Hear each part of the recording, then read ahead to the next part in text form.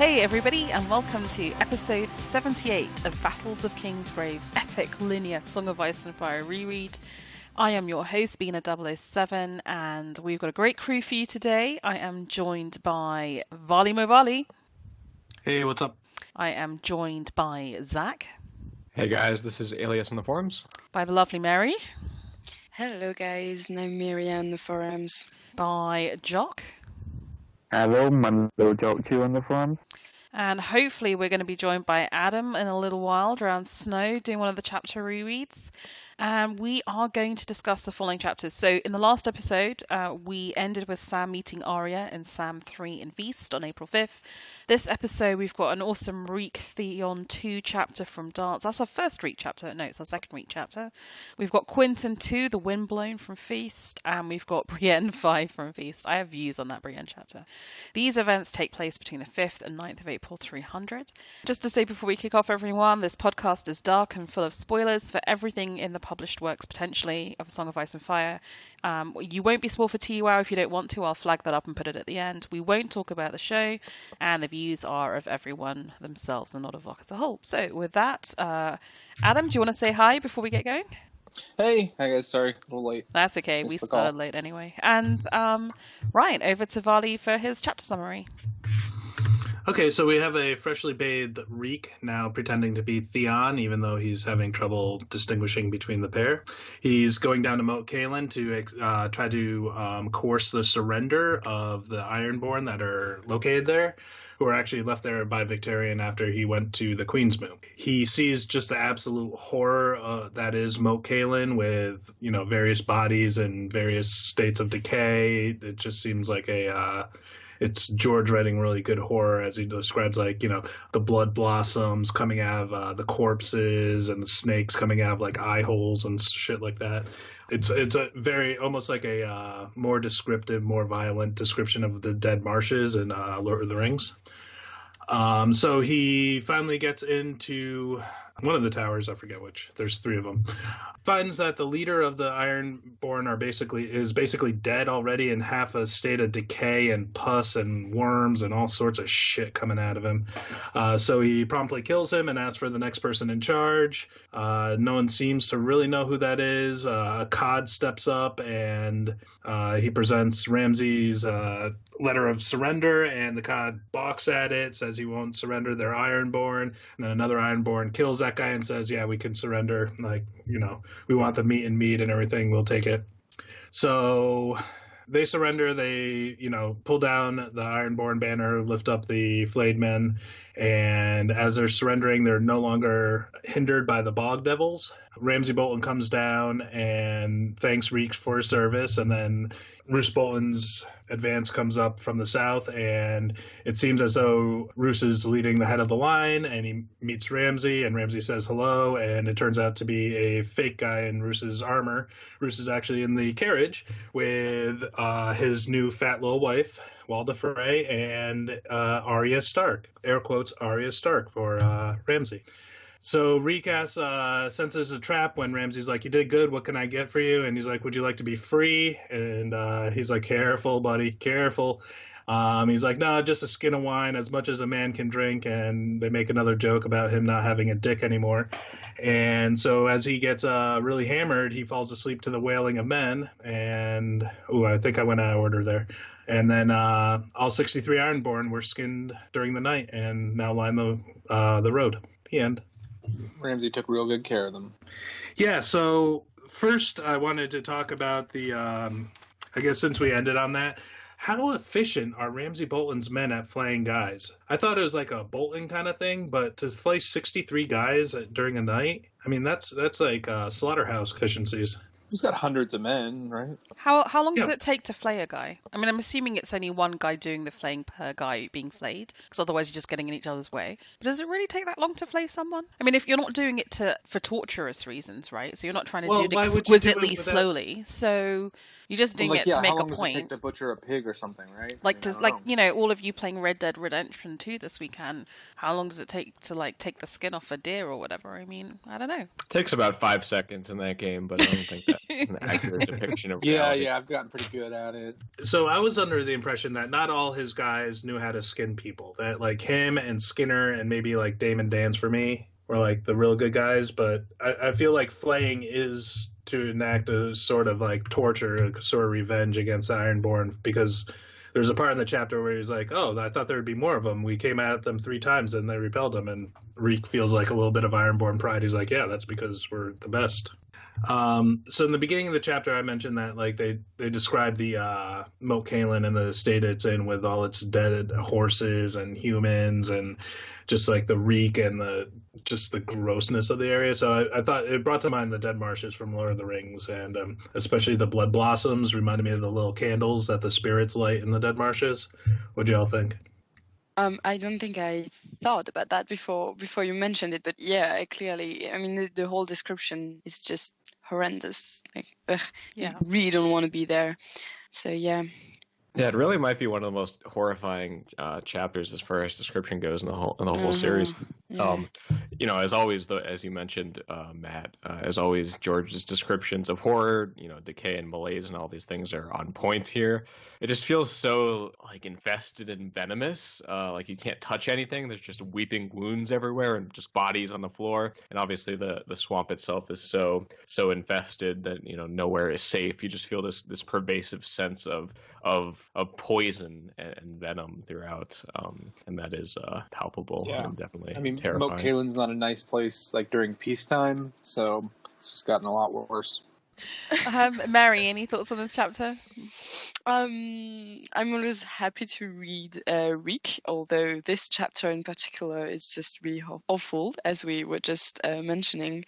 I mean, the whole the description of the guy, the Ralph Kenning guy who's supposedly in charge, but it's basically like just rotting. It's just awful. But I find Theon / Reek very, very fascinating. The way we see through his eyes stuff that happened a while ago with Rob, and he's remembering that, and I find it really, really interesting and really sad always. Yeah, the way he almost always comes back to something in his past as he's traveling through toward Moat Cailin and through it. It seems like he's completely stuck between these different realities. He's constantly going back to things that Ramsay's done to him, or even back all the way to when he was Theon and when he was here with Rob, traveling south and kind of reliving that moment that was so different, but that was so lost to him at this point. I think that the rendering of this level of psychosis and this kind of loss of identity is just so strong here. I love the way that we are constantly pulled back into the past and having to relive this stuff with him. Yeah, and he does make a mention that, how he used to be, like, even when Ramsay Bolton shows up, he's like, holy crap, I used to make fun of this dude for his, like, whispery voice and pale eyes. Like, what the hell was I thinking? Like, that was a completely different person. Yeah, it's interesting to see how it seems like Theon almost kind of briefly recaptures the old version of himself in this chapter. There's this moment where he feels like he really is the prince, but that almost shatters immediately as soon as he's back with Ramsay. I agree with you, except the one point that stuck out in this chapter where like Theon was back to old Theon is when he like lazily kicks the dead corpse by the door and's like, have him watch the door. Yep, exactly.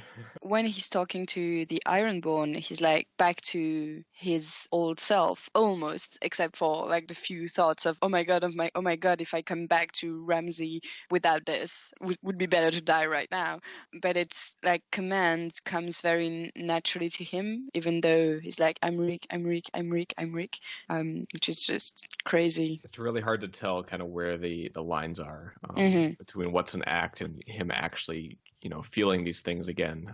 It's really hard to tell, and I like that. We're not certain that he's fully Reek, but we're also not convinced that he can even escape that new kind of state of mind. Adam, any thoughts on the chapter? Other than like the Reek Theon chapters, I think are some of George's best writing, especially in these later books. I don't feel too bad for the Ironborn, but I sort of feel too bad for them through Theon's eyes in a way, but like no one deserves that shit. So I do. I feel really bad for them, and I think that ultimately it's kind of interesting with the reread when you put these chapters together in a sort of jumbled order. I was going to say that. Yeah, well, you say it then, the Mary. The Brienne chapter, yeah, like when you read the Broken Man speech, like half an hour after that, it's just Right. it resonates very much. Yeah, all these chapters are about how the ordinary foot soldier, and you don't get a choice, right? If you're some peasant who's going to join the army and you happen to be in the Iron Islands or you happen to be in the Reach or wherever it is, so you end up following a certain leader who can be quite distant and remote. And this Game of Thrones happens and someone wins or someone loses, and then before you know it, you're being skinned. I mean, it's the overall impression I got from these 3 chapters is that, and George is so good at this, is that when you're the small folk or when you're just an ordinary foot soldier, war is just shit.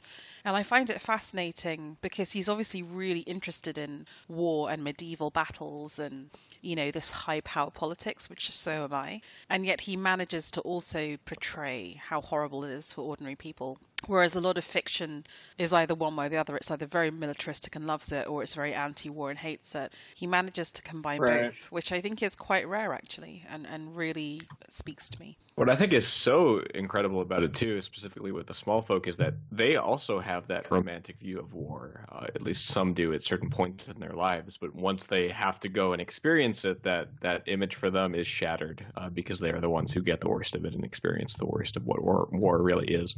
Yeah, So even absolutely. they have that same kind of faith in the romance and the greatness of war, but it doesn't last very long. Yeah, but I mean, like, it's like the kids play with sticks and they pretend to be knights and it's all cool, but, when they come home from war, it's kind of, they're done with that. So very few people survive that, mentally unscathed. In terms of being sympathetic to these Ironborn characters, we do get the one guy with a couple lines, the one-armed man who wants to go back in this weird Ironborn way, wants to go back and count his kids, but you definitely you feel the humble. loss of that. Never gonna get to see all those kids. Yeah, that's quite sad when he's like, oh yeah, like all 3 of them had big bellies and we're known for our twins, so I might name a son after you, Turncloak. It's just like one of those, oh man. Yeah. Jock, any thoughts on this chapter? Just that, is it weird that everybody seems to be going with the phase excuse for the Red Wedding? Yeah. Oh, well, it's I mean, like, they spread that, right? That was. yeah, but it's like how can anyone really believe that? It's like this weird thing where everyone must know what happened, but it's like this understanding Yeah. that the official version is something else, and it's really weird. Well, with I the think gun to your everyone- head, you're going to be like, oh yeah, of course, that's what happened. Exactly. Yeah, Yeah. exactly. It's situational. People like Lady Dustin and the Manderleys, etc., are just playing the part because Roose and the Freys are the ones that are in power right now, so they have to play their part. And It's we know, very obviously, later performative, on. isn't it? And I think Yeah. even you have examples of whole countries doing this, and I'm sure Britain has a certain narrative it tells itself about things it's done in war that are not great. I always think Austria is a really great and interesting example who, with the encouragement I think of the Allies, badged itself as the first victim of Hitler after World War II. So I think history is full of these examples of not just individual people, but sides in wars at various sides of a conflict, telling itself convenient fictions, sometimes in a very deliberate way and sometimes in a quite subconscious way. And I think the Starks are doing lots of that at the moment, but that's for a later chapter discussion. Also, it took us 18 and a half minutes to mention Hitler. Yay! We I did didn't it. mention Hitler. I didn't mention Hitler. I just want out. No, you just did, Matt. Oh, the 19 minutes. Sorry. Yeah, and for some people, it's clear that they want to buy into this because it's actually beneficial for them. Like the Karstarks, they benefit from this new status quo. So, Well, isn't that? I mean, people have been changing the narrative regarding their house, or trying to, for the phrase are saying it throughout the whole thing, like where Robb turned into a wolf and so did all of his men, so we had to put him down, and there's a lot of that just kind of I don't know, like spin doctoring of actual events to make them look more favorable to the victors, which yeah, and often through obviously song. happens all the time. I mean, there's that brilliant essay that I think is it the one that Amin wrote in one of is it Hymn for Spring, about singers and songs in Song of Ice and Fire, and how you can change history, and that is really the project George R.R. Martin is telling us here, right? Part of it is, what does Game of Thrones mean for ordinary people and the ordinary landscape, and the other is, who writes history and how trustworthy is it, because it's all basically propaganda. Okay. Hold on. So reading this. Do we need to give the theory trumpet? Is this? Yes. Okay, he's doing a drum roll or a Okay, put on your tinfoil, boys and girls. All right, let me go get it. Uncle Matt has a theory. On a scale of 1 to moondragons, how bonkers is this theory? It's kind of bonkers, but it has to deal with the deep ones. Okay. All right. How about it? So as he's riding in, nice. Was that the crinkle of tinfoil? As he's riding in, Reek says, "Where once a mighty curtain wall had stood, now only scattered stones remain. Blocks of black basalt so large it must have taken at least 100 men to hoist them into place. They lay strewn about like some god's abandoned toys." And the night's rain had left the huge stones wet and glistening, and in the morning sunlight made them look as if they were coated in a fine black oil. So these are the oily stone weird things that the base of the high tower is made out of, the Seastone's chair. I think there's something in the Shy or something in the World Book.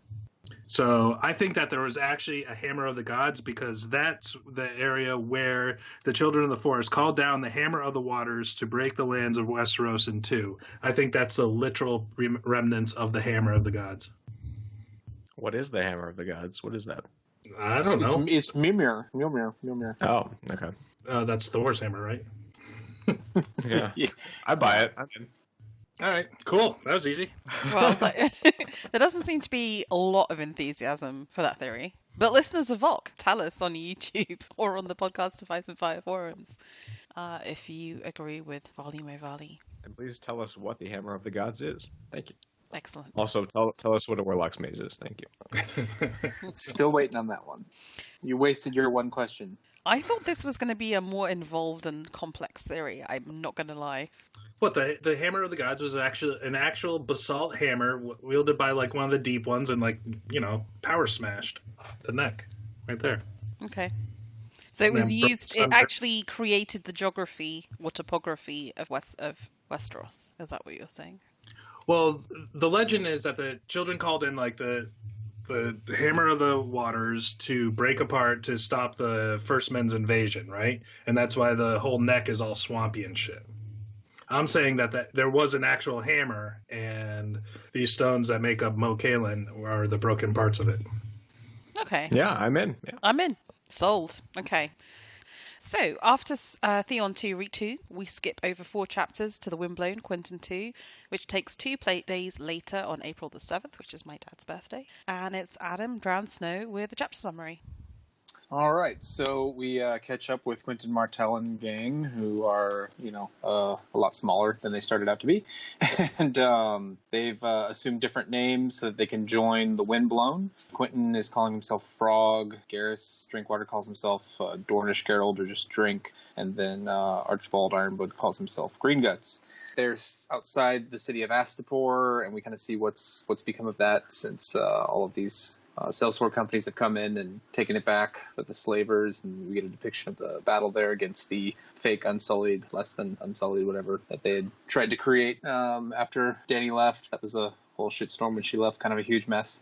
So we get to see what it's like to be at a sellsword company in Essos, and from the men on the ground. But of course, they're trying to make their way to Dany, and lo and behold, as luck would have it, they get sent off by the Tattered Prince, the leader of the Windblown, to sneak in and pledge themselves to Dany just in case she wins, so that he has some skin in both games, which I feel like seems like a common thread with some of these sellsword companies. But no one else knows what they're doing, so they have to kind of sneak in and not get caught or revealed by anyone. Mostly just we see a lot of the conditions in these camps and sort of what's going on, and hopefully Dany will leave Essos someday, maybe. I hated this chapter. Yeah, this was not a the great best bunch chapter. of chapters. This sucks. When exactly do you think Dany's going to be reaching Westeros, Adam? I mean, I just feel like some boats and some dragons and just get on with it any day now. But I feel like once we get Winds very quickly into Winds, she'll be on her way. I don't know if she actually has to travel across Essos and run into all kinds of other hijinks, but I feel like we can't stay in Marine that much longer. I think I felt like that for well over a bit. It feels to me like this chapter is very much the kind of chapter that people who don't like dance would point to. which is, well, there might be some sort of peripheral world building. It's not actually really achieving a great deal, and could have been one sentence in a later chapter. Am I being unfair? Like, who wants to defend this chapter? I was going to ask the same thing. Who can make a compelling case why Quentin is a POV? Yeah, okay, so I picked this chapter, and I mean, it has some redeeming qualities. I thought I was going to have to sign this chapter, frankly. I figured that's why I was like, no one else is going to want it, so I'll just take it. Oh, you're such a martyr to the cause, Adam. bite the bullet. But, I think you said it perfectly, is that this could have been like a sentence or a paragraph in a later chapter when Quentin shows up in Marine, and he could have just been like, here's what I did, and here's what we are, and would have been fine. But I don't know. I mean, some of these characters are kind of interesting to see, and then we'll see some of them again, of course, from Tyrion's perspective. But yeah, it just felt like, he got on a tangent, and this is just sort of what he wanted to write. He's doing the Fire and Blood and the World book, and he just gets into stuff, and then I think he just sort of wrote himself into a trap with this whole POV. But it's been so long since he wrote all this, and since the book came out, I feel like in the next book he's got to know to stay away from that trap. I would suggest that the length of time it's taken him to write the next book means that he probably hasn't. Yeah, I agree. The one cool part, I think, was kind of seeing the big fat yellow guy beforehand and like what he was up to. But otherwise, I remember reading like one sentence where it's like, he heard from this person who served this person who is this person's cousin who served the Tattered Prince that they were going to go defect over to. It was like, holy shit, like, I heard secondhand. Like, that's it. That was a sentence. 25th hand. Yeah, it's like unnecessary. And then it was like, what's his name? Which meant Beans. I was like, who the fuck cares? Just call him Beans. And he did the rest of the chapter. And by the time the message gets back to him, it's sort of like, no, we're not defecting. We're going to, Quarth or something. Oh my give him a telephone, right?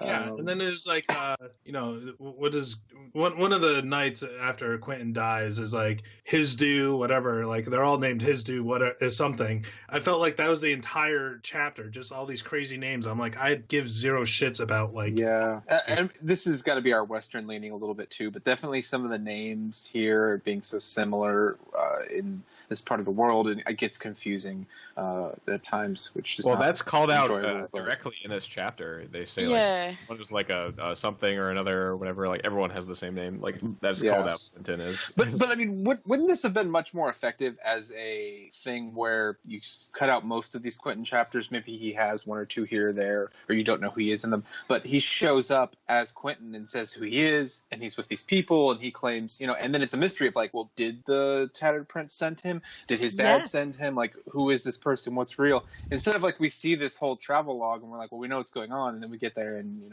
fire roasted Quentin. There are so many things that would be Quentin more lives. effective than this. Sorry.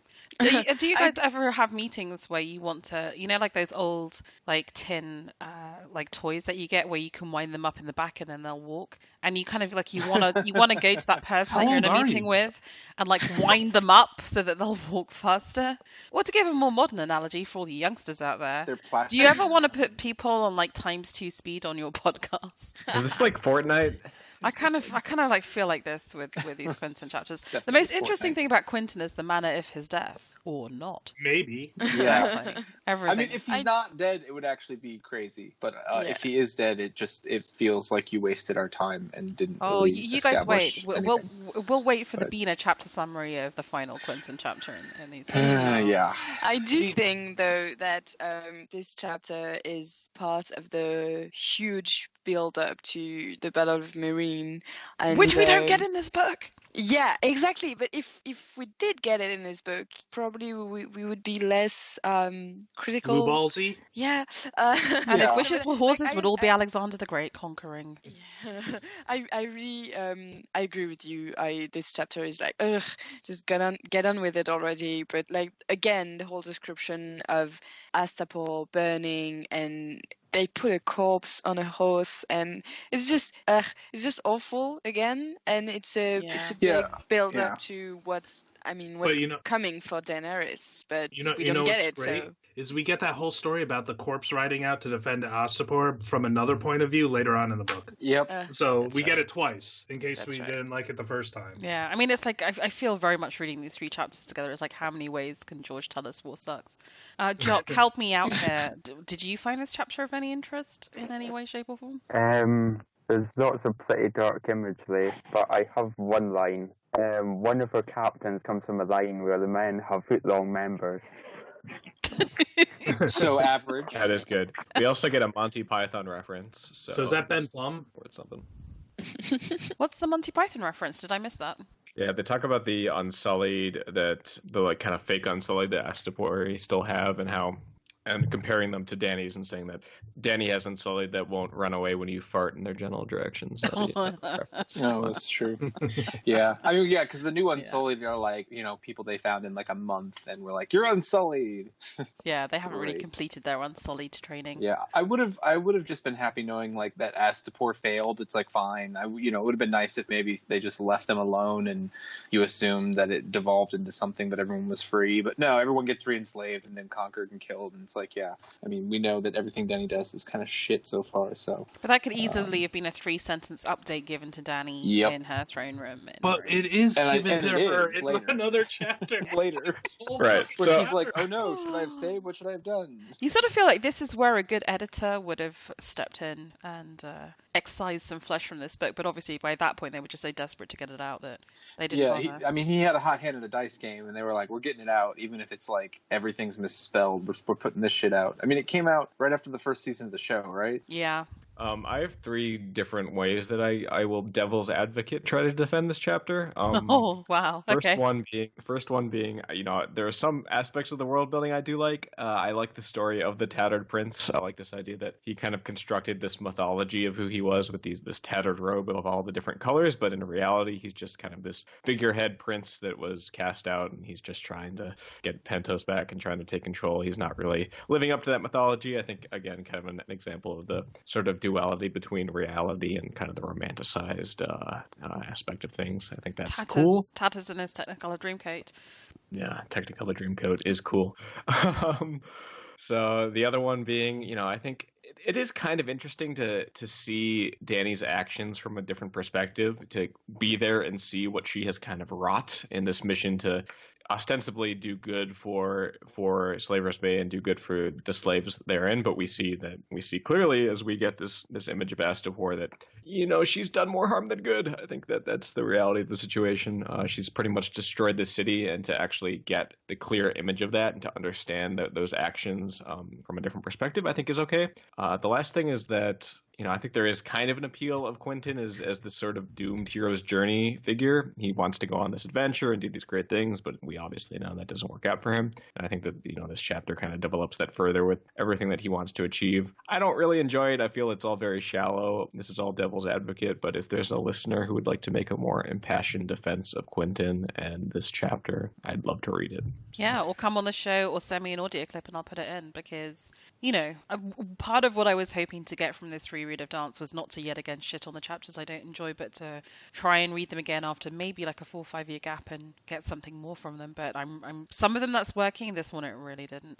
Were they referring to Brown Ben Plum when they told him like one of her advisors or captains has a foot-long dick? We have to settle this. I Yes. assume so. I hope so. I think he's likely. Yeah. All right. That's fun. Okay, so after Quentin 2, we move to yet another princely chapter in this book, Brienne 5 and Feast. This takes place 2 days later on April 9th, and we have Alias with a chapter summary. All right. Summary of this Brienne chapter coming Make up. it sing, Zack, make it sing. All right. Brienne, Pod, and Hyle Hunt make the cold and wet trip back through Crackclaw Point to Maidenpool to deliver the heads of the Bloody Mummers to Randyll Tarly. Randyll is not impressed by Brienne's feats and intends to send her back to Tarth, but Brienne refuses and states her intent to chase after Sandor Clegane to try and find any information about Sansa's whereabouts. Tarly insults her and casts her out of his hall, so Brienne and Pod find a cabin to sleep in on a broken-down ship called the Lady of Myr. That night, Brienne dreams of the men she has killed and those that have ridiculed her.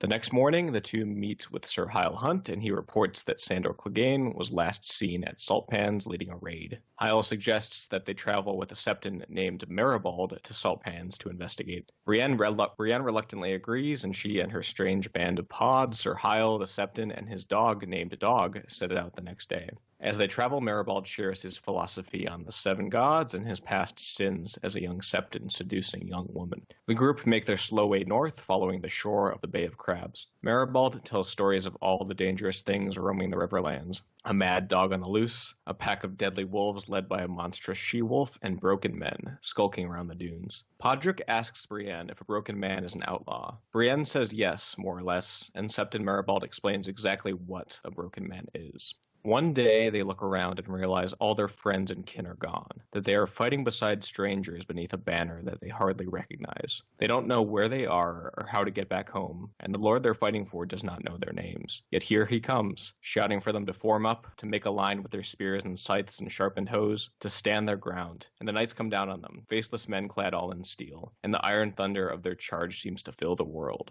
And the man breaks. The broken man lives from day to day, from meal to meal, from more beast than man. Lady Brienne is not wrong, Maribald says. In times like these, the traveler must beware of broken men, and fear them, but he should pity them as well. Maribald tells the story of his own march to war, the death of his brothers to fever, mace, and hanging. The War of the Ninepenny Kings, asks Sir Hyle Hunt. So they called it, Maribald says, though I never saw a king or earned a penny. It was a war, though, that it was. So I'm a sucker for these sorts of stories that break down, the romanticism of war, as we've talked about throughout this discussion. It's obviously a through line that exists through all these chapters that we have discussed. It's clear that George is obviously a fan of that theme too, and it's very much something that is prevalent throughout all of Feast and Dance, and that is one of the aspects of these books I really enjoy.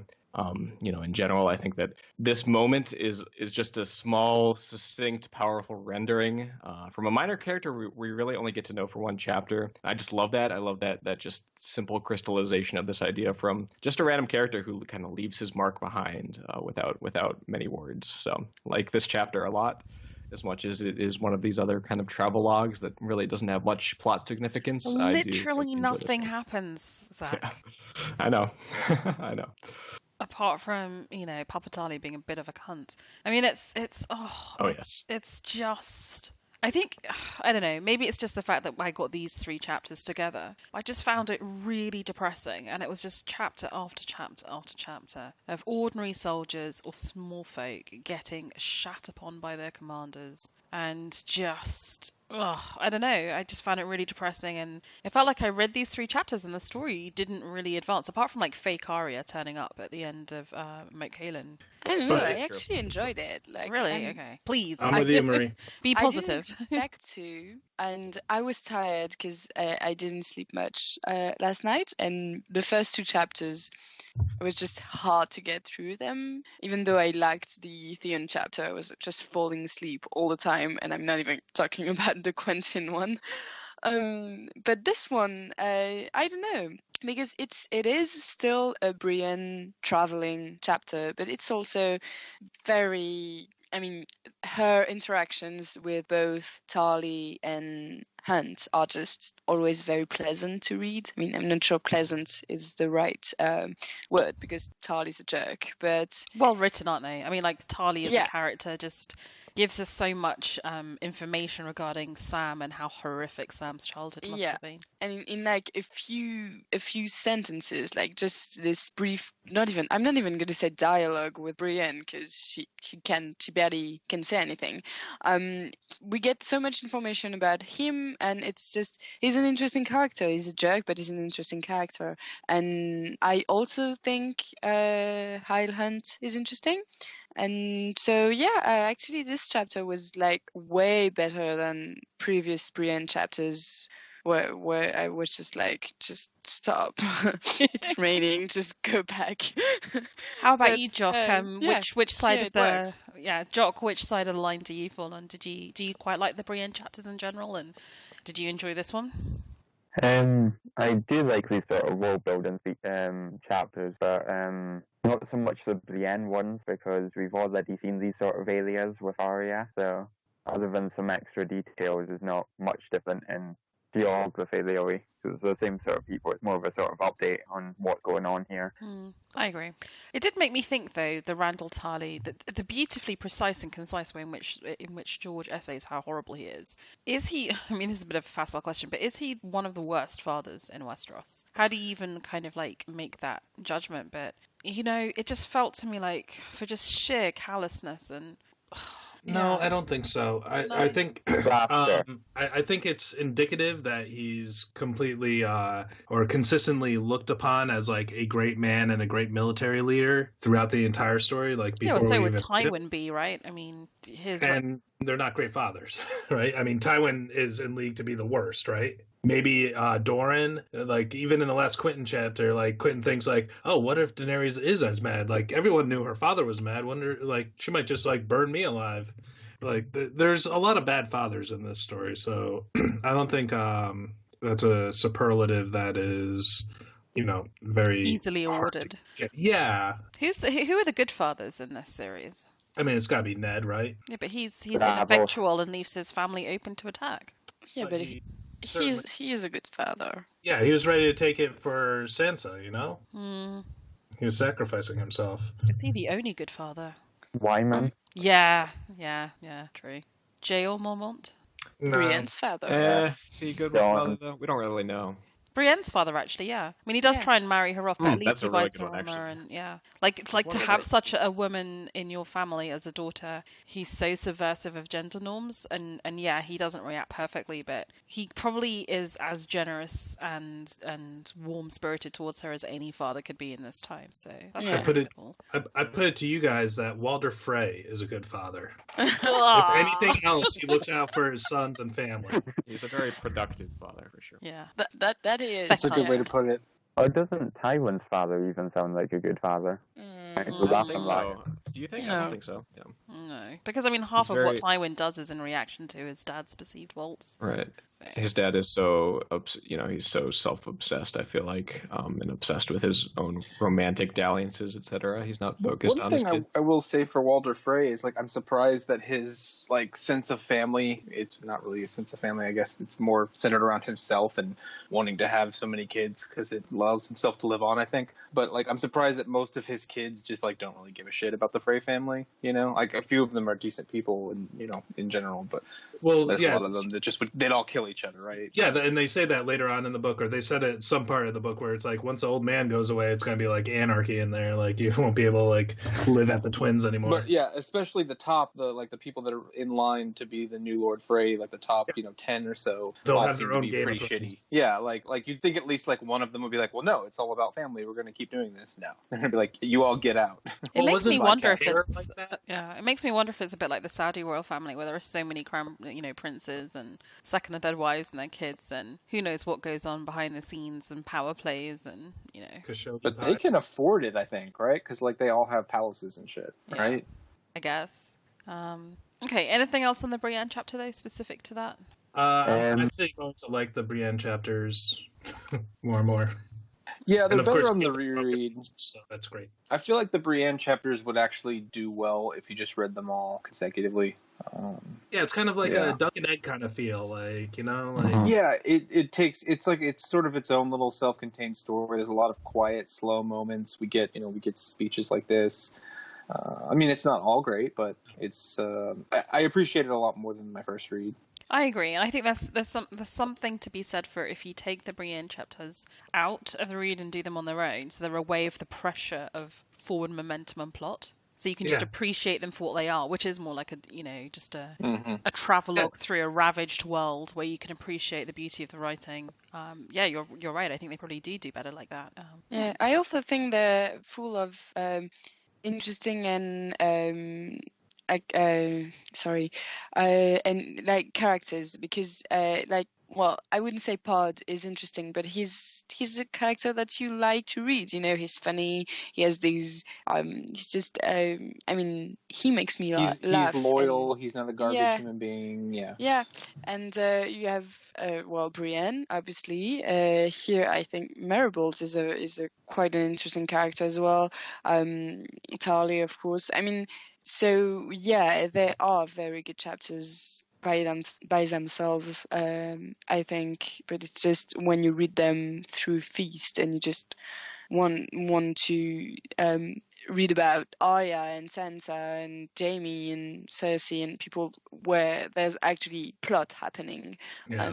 It's harder. Yeah, and I think with like the Brienne and Pod dynamic, it's like two people that are really looking to find their character and develop their character. Obviously, Pod's even rougher than Brienne is, but then you put him against people that are like staunchly like immovable objects like Tarly and even Hyle Hunt to a certain degree, and like Septon Maribald like into a nicer degree, but like he's still like that is his character. I don't think he's going to grow into you know something other than he is, but like really like it's like a buddy comedy, like two like little knights, just kind of going on little adventures, seeing where the road takes them. Yeah. I mean, I would love to see like a Brienne and Pod TV show, just like an Arya and the Hound TV show, to see rogues traveling around.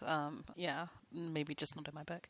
Okay, so anything else on these chapters or Brienne specifically? This is gonna be a super short episode, but I think that's okay.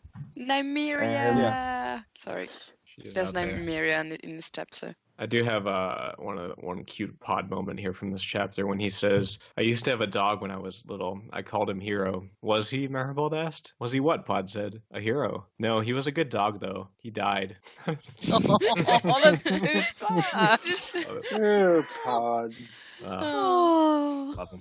Love that guy. I'd be fine if Pod was like the master of coin or something, Whatever. He wouldn't be good at it, but it's cool. He'd be too honest. No. I'm just saying if he'd have a position or something, somewhere, like something minor. I would love for Pod to marry like ridiculously well, just some rich noble lady, and just live a life of luxury. And I think that might happen, just because he might be like the few men left behind at the end. I'm voting Team Pod. All these rapacious women after the few fit young men that are left. I think there's a 50-50 chance that happens, or he dies horribly in some. Oh, okay. Well, you really covered all the bases there, Zach. I think it's about. Don't put yourself in there, Aelius. Just. It's a bold stance you made there. Either he's going to live or he's going to die. Okay. Well, yeah. I'm betting even odds. Pod becomes Lord of Harrenhal and like or it doesn't repairs it. And you should consider a career in economic forecasting. You'd be well suited. I think we're going to close out this in a super short episode. For those following along at home, the next episode of the Reread will be hosted by QueenJames, his first ever time hosting, which will be cool. And it's going to cover Cersei 6 from Feast, Jon 6 from Dance, and Tyrion 6 from Dance. It's also going to feature the return to the Reread of podcasting OG FT Ward. So I think that's something to definitely look forward to. You can follow us on Instagram, Facebook, YouTube, Twitter, iTunes, WordPress by searching for Vassals of Kingsgrave. More importantly, if you want to get involved in podcasting, you can join the forums of a podcast of Ice and Fire. And does anyone have any forthcoming episodes they want to pimp out? I know that probably the episode that will be out after this will be the latest book club episode, partly because Claudius the Fool's car window got smashed, so he can't go anywhere, so he has to edit. We got him, guys. Wow, figures. And I'm not saying Thanks, Casey. I'm not saying that Pod's plight deliberately sabotaged Claudius the Fool's car, but he asked for the podcast. He could have sent the nor'easter. Yeah, exactly. He asked for the podcast to be edited. Suddenly, Claudius's car is trash. So Just saying. Hashtag Greg. Is anyone else doing anything? Well, what's going on with the 500th? Where is that all recorded and ready to go when the time comes?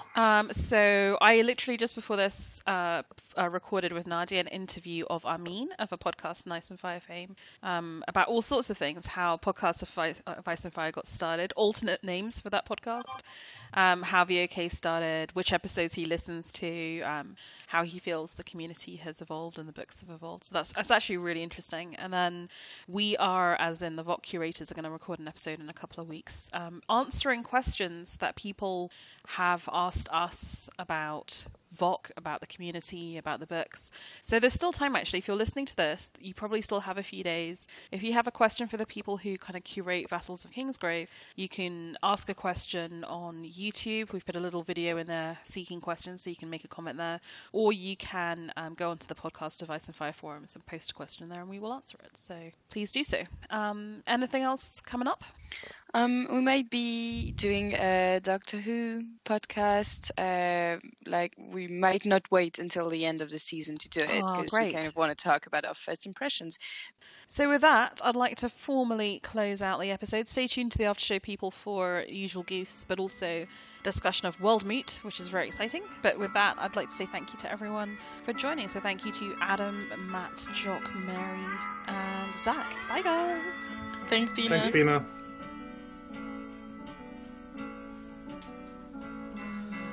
Amber flew across the shivering sea.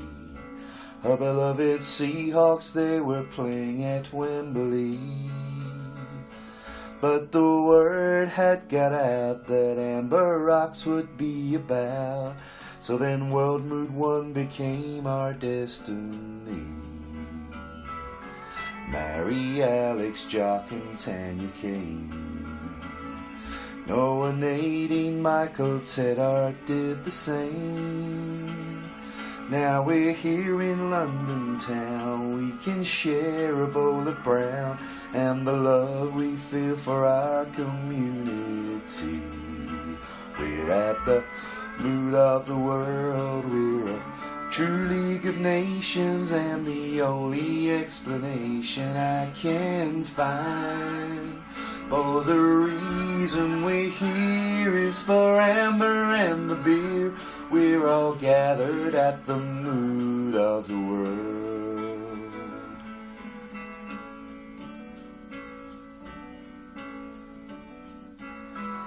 A song of ice and fire is our game. The wait for winds of winter has been such a shame. So we all spend our time talking Westeros online. We're all waiting for the 6th book to arrive. There is only one wish on my mind, that we'll all be friends throughout the rest of time. And we will moot again when the saga finally ends, though we'll all be old and grey if we're alive. We're at the Moot of the World. We're a true League of Nations, and the only explanation I can find for the reason we're here is for Amber and the beer. We're all gathered at the Moot of the World. We're at the Moot of the World. We're a true League of Nations, and the only explanation I can find for the reason we're here is for Amber and the beer. We're all gathered at the Moot of the World.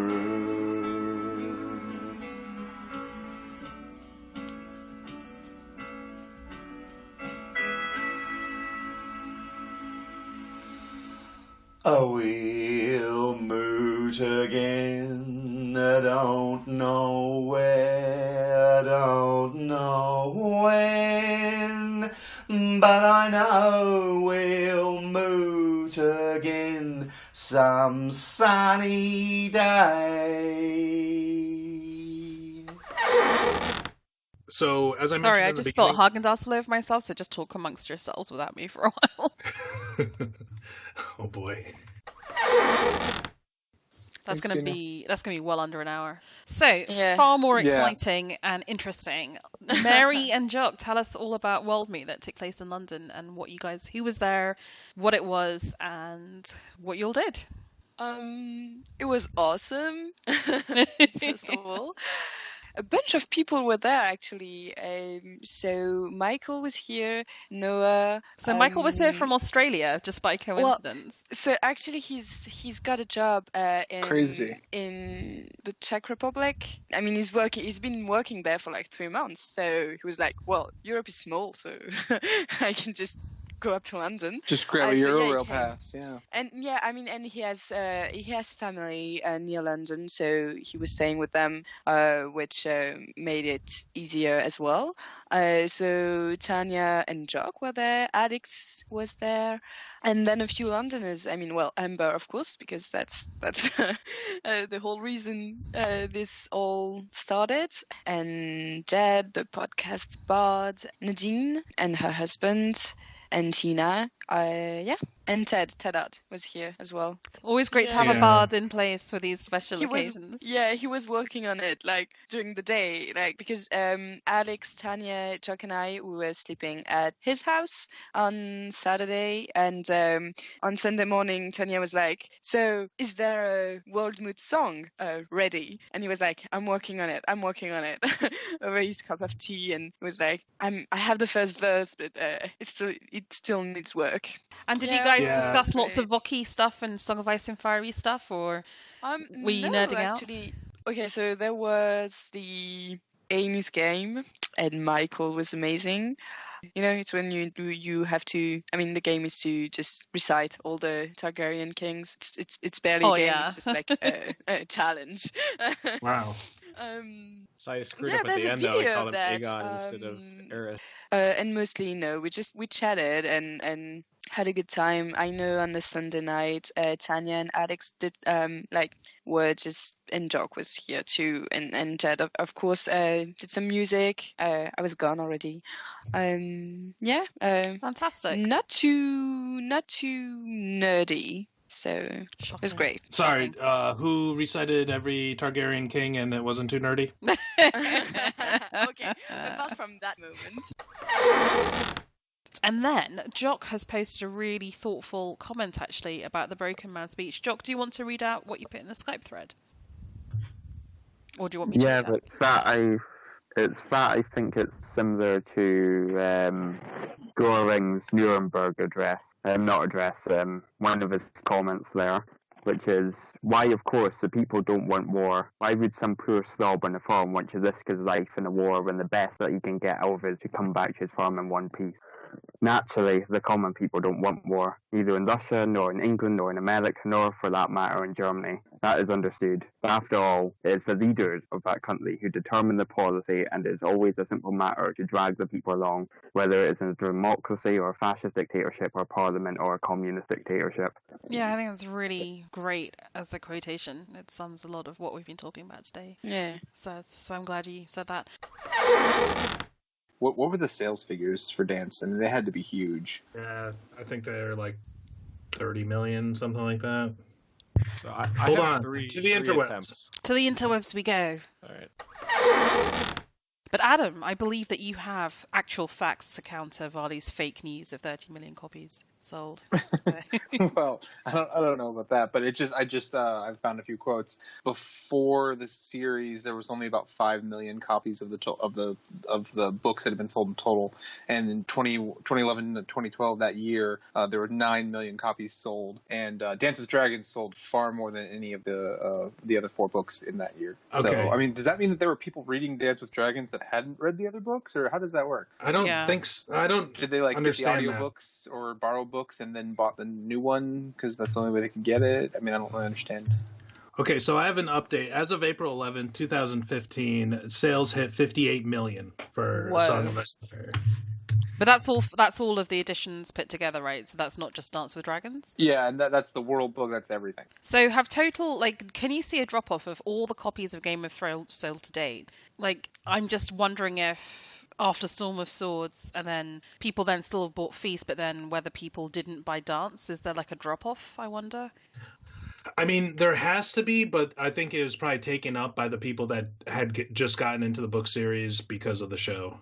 But you wouldn't just buy book 5, would you? You'd go out and buy book 1 and start from I mean, I could see being so frustrated at the series if I started this in 1996, getting Dance and being like, the fuck? Or getting even Feast and being like, no more. You no longer get my money. Yeah, I see that Huh, okay.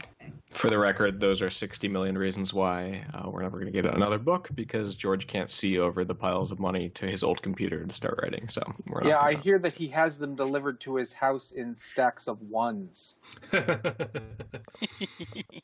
Oh dear. Okay. Well, good luck to him, right? It's so hard to make money as North these days, that especially in fantasy, that good luck to him. Yeah, I mean, you know what? yeah, Like, his awesome. success is great, and we all enjoy it, and he can do whatever the hell he wants. I mean, if he just wants to retire and never finish the books, like, that's his thing. We've said that before, but I don't necessarily blame him getting distracted. I think it's more than just being distracted by his popularity, though. I think he just has had a hard time writing. Oh yeah, I mean, maybe I think isn't as into it. Like, yeah. so. No, in all seriousness, I don't think he's distracted by popularity or money or anything. That makes him sound very superficial. I think it's a very complex story. It's probably one of the most complicated stories written, with the cast of characters and plot threads, and it's Stop just hard. defending him. Yeah. It's And just how hard many to do it. authors? How many authors have we seen with far less complicated series where they drop it for more than a decade, Yeah, for sure. and they're just like, "Yeah, I'm not working on it right now," Yeah. and they do other stuff, and then eventually they come back and write their sequels and I finish mean, it off. geez, Tolkien took So. 20 years between Hobbit and Lord of the Rings. So Right. So I mean, Yeah, in the but grand Lord of the Rings scheme was a of complete books- story. yeah, but he still published. He didn't publish all the books together, right? So No, But but they were he did published finish it, within a few years of each other, right? He did finish It was the full story. No, I agree, and obviously, Yeah. you can't.